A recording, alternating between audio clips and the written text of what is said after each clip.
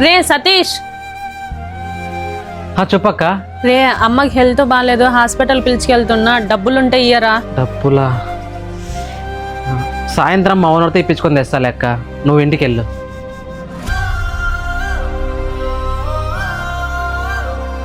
రే సతీష్, బయట పోయి టీ తాగొస్తాను, సాపడు చూస్తాండు.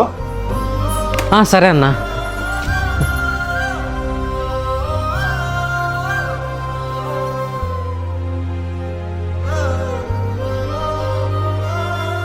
అన్నా చెప్పరా?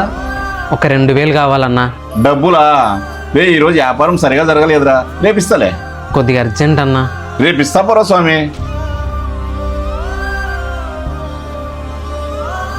అక్క నీకు కొంచెమన్నా తెలివి ఉందా? నేను షాప్ వరకు ఎవరు రమ్మన్నారు అక్క?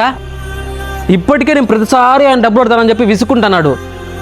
ఇప్పటికే సరిగా వ్యాపారం కూడా జరగలేదు, నువ్వు ఈ టైంలో అక్కడికి వచ్చి డబ్బులు అడుగుతున్నావు. రేపు పొద్దున్న డబ్బులు అక్కడ మిస్ అయ్యాయనుకో, ఆయన నన్ను అనుమానిస్తాడు.